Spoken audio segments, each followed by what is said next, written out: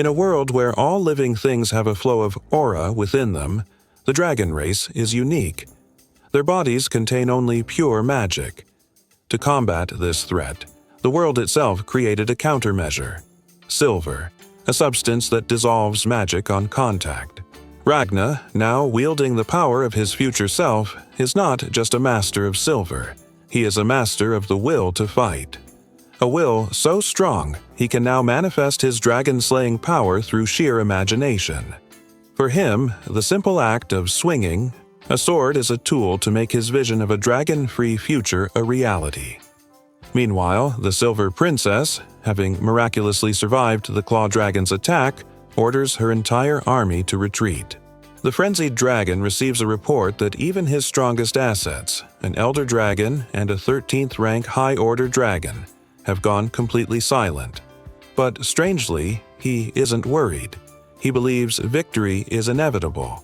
The turtle dragon's ultimate attack will be ready again in 5 minutes, and that will be the end of the princess's army. But his subordinate notices a subtle change. The frenzied dragon is relying on reports. In the past, he would have known the state of the entire battlefield, instinctively. He's distracted, seeing shadows of his past in the Silver Princess and her soldiers. He can only hope his commander has truly let go of the ghost of Queen Rax. At the same time, Ragna's power continues to grow. He apologizes to a group of dragon hunters for his earlier arrogance, admitting he is not the main character in this war. But his apology carries the oppressive weight of a supreme predator. He will no longer stop them from hunting dragons, but he makes a new promise. He will protect them all, his way. Each moment of despair he overcomes only deepens his connection to his future self, turning that agony into usable strength. An old warrior watching him realizes the truth. Ragna isn't just getting stronger. He is a master who has forgotten his skills and is now slowly remembering the power he forged over a lifetime of suffering. While Ragna rediscovers his strength, the true villain of this chapter makes his move. Crimson, the manipulative teleporter, finally reveals his true nature. We now understand why he maintains a neutral, androgynous appearance. It's to charm and manipulate everyone, male and female alike. With a kiss, he places a high-ranking mage named Gauze under a powerful hypnotic spell, intending to seize control of the teleportation array. He gathers all the mages and calmly explains his plan. The army's retreat was a feint, designed to separate the useful from the useless. He has no intention of saving the 1,500-foot soldiers who chose to stay behind and fight. To him, they are now liabilities. The mages are relieved, believing they will be saved. Gauze, still under Crimson's spell, sees his logic. The Silver Princess, for all her strength, is bound by a noble flaw. She will risk her own life to protect the weak. But Crimson operates on a different philosophy. To him, sacrificing a useful person for a useless one is the definition of evil. Therefore, sacrificing useless people to save the useful is the definition of good. The 1,500 soldiers who stayed behind have served their purpose as decoys. Now, their existence is a net negative. They are, in his eyes, evil and must be discarded. Crimson's plan is flawless. He only needs Gauze, the sole user of the array, to activate it. He leans in, preparing to deepen his control over the mage. But as he does, a young girl with freckles stands in his way. She is Gauze's younger sister, and she desperately tries to break the spell, reminding her brother that their loyalty is to the Silver Princess. In the ensuing scuffle, a gun goes off. The shock of the sound, combined with his sister's pleas, shatters Crimson's hypnosis. Gauze is free. Enraged, Crimson drops all pretense of charm. He stops the magical healing that was treating the girl's injuries and delivers a chilling ultimatum: activate the portal, or he will begin executing one soldier every 10 seconds. Trapped, with his sister's life on the line, Gauze has no choice but to agree. But just as he is about to comply, something impossible happens. His sister, Freckles, begins to glow with an immense power. She screams at Crimson, "I hate you. I want you gone from here. A blinding light engulfs the area. Narrator: Crimson finds himself reappearing high in the sky, miles away above a deserted city. He is completely alone. He realizes with stunned amazement that the little girl with freckles had a hidden, ultra-rare, spatial magic ability of her own. He starts to laugh. The Silver Princess's army is full of hidden talents. But his greed, his desire to control every useful asset for himself, has backfired spectacularly. For the first time, the Master Manipulator has been completely outplayed. Crimson, the Master Manipulator, now faces the Winged King, Medea. Physically, Medea is the weakest of the Dragon Kings, but his total magic reserves are the highest. Unable to get close, Crimson switches to a crueler weapon: psychological warfare. He mocks Medea, telling him he is nothing like the original saint, Carla, he was cloned from. Medea is a monster who sacrificed his humanity to become unique. Crimson then reveals a chilling truth. Their so-called god, the one who ordered the destruction of a kingdom over a closed cake shop, is nothing but a spoiled child. And the form this god takes depends on the viewer.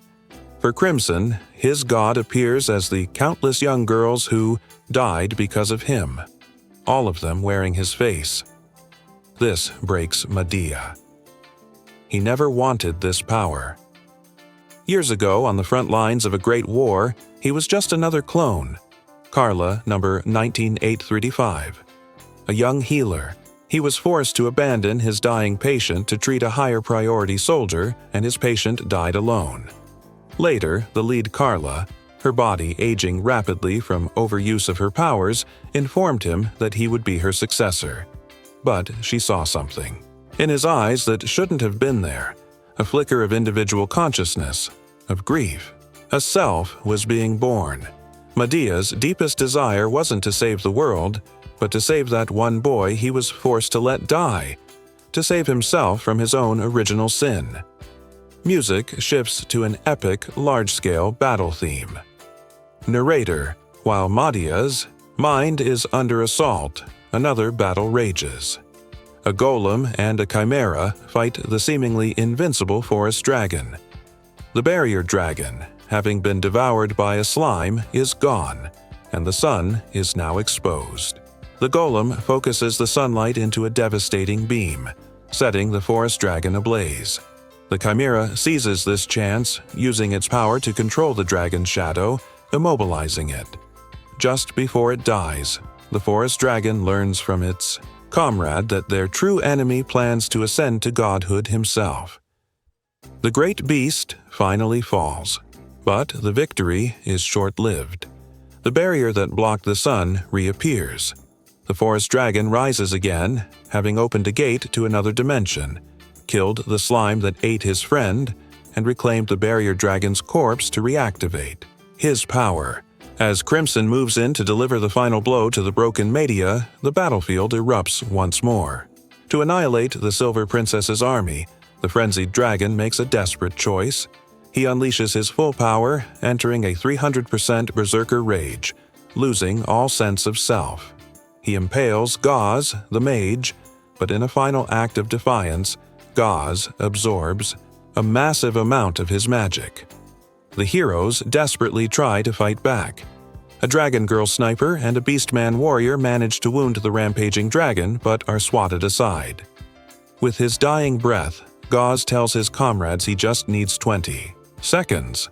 If they can hold the monster off for just 20 seconds, he can use the stolen magic to end this. One man steps forward to accept this impossible task. Starlaia, the stoic captain of the guard, he too will now break his limits. Starlaia was raised on a lie. His mother, a former palace maid, told him he was the illegitimate son of the king, and that one day his royal father would come for him. She forced him to study, to act noble, and forbade him from playing with other children. Her love was conditional, and her words were cruel. Why can't you learn this? I wish you were never born. Even on her deathbed, she commanded him to maintain his royal dignity, believing it was his only path to happiness.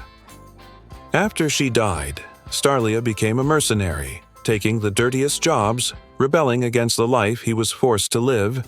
But no matter what he did, his heart never felt free. Until he met the Silver Princess. She was just like the rumors. Armless, floating, glowing with a soft light. Everything about her was abnormal, yet perfect. He remembered his mother's delusion about him being destined for a throne and laughed at himself. But the princess saw something in him. She was impressed that he had survived an encounter with a dragon swarm. And in that moment, seeing her, Starlia finally felt the chains on his heart break. He was finally free. He knelt before her and swore an oath of eternal loyalty. Starlia knew he wasn't special. Every single member of the princess's army had a story like his. She was the light that gave their broken lives meaning. That is the source of their unbreakable will. And for that reason, he will not fail her now. He holds the line. When the frenzied dragon finally regains consciousness, he sees not victory, but his own monstrous, defeated body. He had unleashed his ultimate trump card and still lost. But as he looks at the battered soldiers of the princess, he feels no anger, only admiration.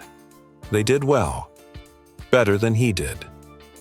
He followed his queen, Rax, to a bitter and tragic end, but he never regretted. A single day he fought by her side, and now he has been defeated by that same brilliant light of loyalty.